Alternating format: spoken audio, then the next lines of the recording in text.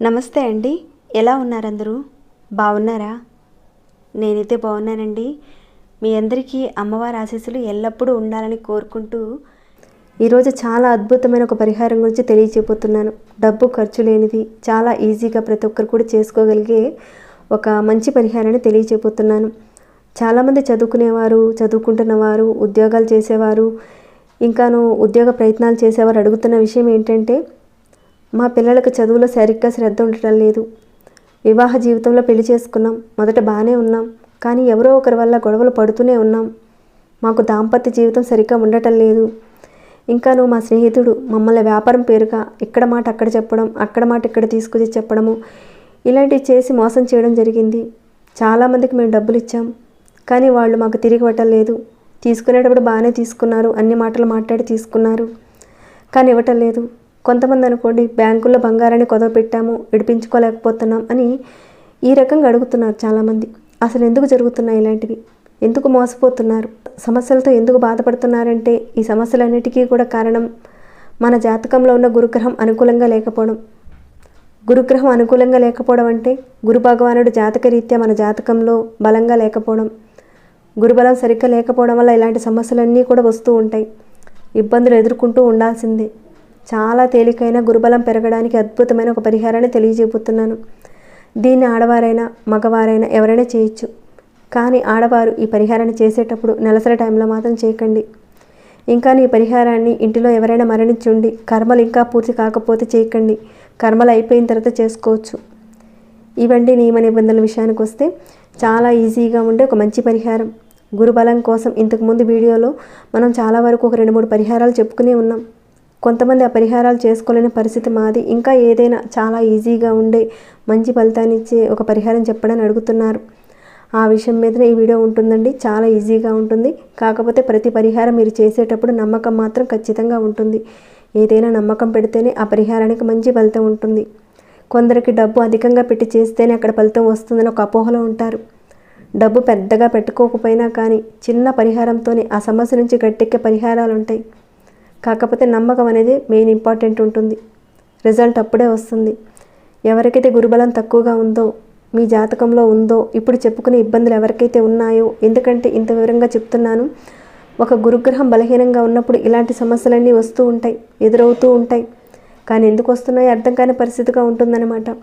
ఎవరి జాతకంలో అయితే గురుబలం తక్కువగా ఉన్నప్పుడు ఇలాంటి సమస్యలు వస్తుంటే అది మనం గమనించుకొని, ఒకవేళ మీ జాతకాన్ని మీరు పరిశీలించుకున్నప్పుడు ఎవరైనా చెప్పినప్పుడు తక్కువగా ఉంటే కనుక తప్పకుండా ఈ పరిహారాన్ని చేసుకోండి. ఒకవేళ మీ జాతకమే తెలియని వారు కూడా ఇలాంటి ఇబ్బందులు పడుతున్నా కానీ తప్పకుండా ఈ పరిహారాన్ని చేసుకోవచ్చు. రిజల్ట్ అయితే ఉంటుంది, మార్పు అయితే చూస్తారు. కాకపోతే పరిపూర్ణమైన విశ్వాసంతో, నమ్మకంతో చేయండి. అలానే చాలామంది రకరకాల సమస్యల గురించి అడుగుతున్నారు. మన ఛానల్లో ఆల్రెడీ అనేక రకాల సమస్యలకు తగ్గ పూజలు, పరిహారాలు ఉన్నాయి. కొత్త వారైతే మీరు ఒకసారి ఛానల్లోకి వచ్చి చూడండి. మీ సమస్యకు తగ్గ ఏదైనా ఒక పూజను కానీ పరిహారాన్ని కానీ ఎంచుకొని మీ వంతుగా ప్రయత్నం చేయండి. మీకు వచ్చిన మార్పుని, ఫలితాన్ని నాతో షేర్ చేసుకోండి. ఛానల్కి సబ్స్క్రైబ్ చేసుకోండి. ఒక చిన్న లైక్ ఇచ్చి ప్రోత్సహించండి. అలానే నోటిఫికేషన్ తప్పకుండా యాక్టివేట్లో పెట్టుకోండి. అలానే ఇన్స్టా కూడా ఉందండి. మీకు ఇతరత్ర ఇంకేదైనా డౌట్స్ అడగాలనుకుంటే కనుక వచ్చి అడగండి. ఖచ్చితంగా మీకు ఆన్సర్ ఇస్తాను. 10 మందికి ఈ వీడియో ఉపయోగపడుతుందని మీకు అనిపిస్తే కనుక మీ వంతు ప్రయత్నంగా షేర్ చేయండి. ఇక ఆ వీడియో మాటకు వెళదాము. ఈ పరిహారానికి పసుపు కావాలి, అలానే తెల్ల దారం కావాలి. చిన్న పరిహారం అండి, ప్రతి ఒక్కరూ చేసుకునే పరిహారం, ఖర్చు లేని పరిహారం. నమ్మకంతో చేయండి. చేసిన తర్వాత మీకు వచ్చిన మార్పునైతే నాతో పంచుకోండి. ఈ పరిహారానికి మనం సిల్క్ దారాన్ని వాడచ్చు, అలానే కాటన్ దారాన్ని వాడచ్చు, మిషన్కి వాడే దారం ఉంటుంది కదా దాన్ని వాడచ్చు. అదే లేదనుకోండి, మీ దగ్గర పార్సిల్కి వాడే దారం ఉంటుంది కదా దాన్ని వాడుకోవచ్చు. లేదంటే కొత్త క్లాత్ ముక్కనైనా వాడుకోవచ్చు. ఈ పరిహారాన్ని మనం ఒక గురువారం రోజున చేయాలి. తెల్లని దారాన్ని మాత్రమే తీసుకోండి పరిహారానికి. ఇక మీరు ఎంత ఎత్తున్నారో అంత ఎత్తుకు తగ్గట్టుగా ఈ దారాన్ని తీసుకోండి. ఇక తర్వాత ఒక చిన్న ప్లేట్లో కాస్తంత పసుపు వేసి దానిలో కొద్దిగా నీరును వేసి కాస్త పేస్ట్లా తయారు చేసి పెట్టుకోండి. ఇక ఏదైతే మీరు తీసుకున్నారో ఆ దారానికంతా కూడా ఆ పసుపును రాసి పెట్టండి. ఈ రకంగా రాసిన తర్వాత కొద్దిసేపు ఆరనివ్వండి ఆ దారాన్ని. తర్వాత మీ ఇష్టదైవం ముందు కానీ మీ కులదైవం ముందు కానీ దీపారాధన చేసుకోండి. దీపారాధనకు ఆవు నేతితోనే చేయాలి. ఆవు నెయ్యిని మాత్రమే వాడాలి.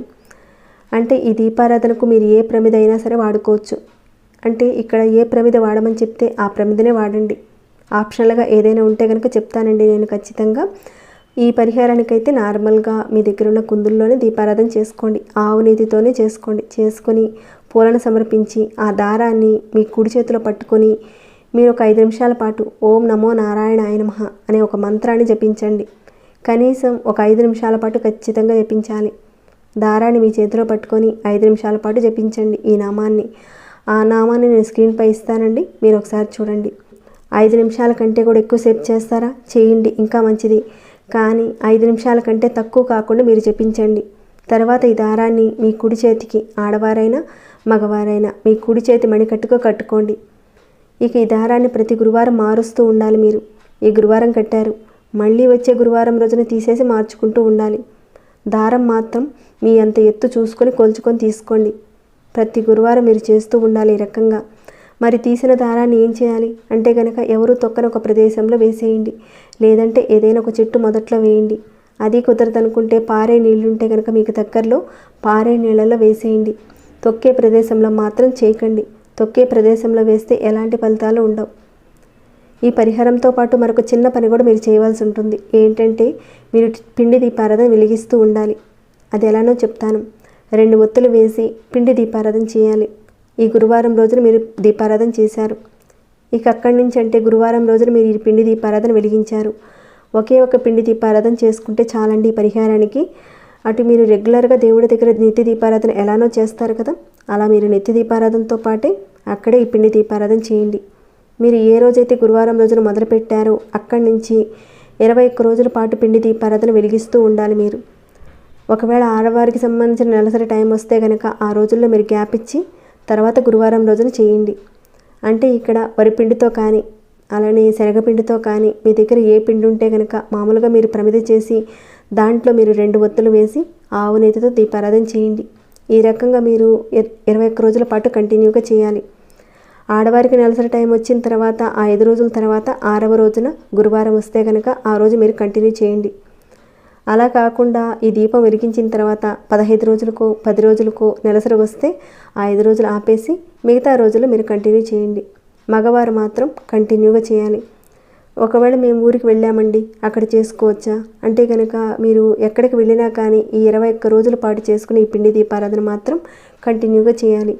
ఈ పరిహారం చేస్తూ 21 రోజుల పాటు ఈ దీపారాధన చేయాలి. ఇలా చేయడం వల్ల అద్భుతమైన ఫలితాలు ఉంటాయి.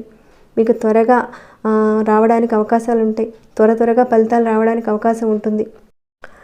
మీ జాతకంలో గురుబలం పెరుగుతుంది.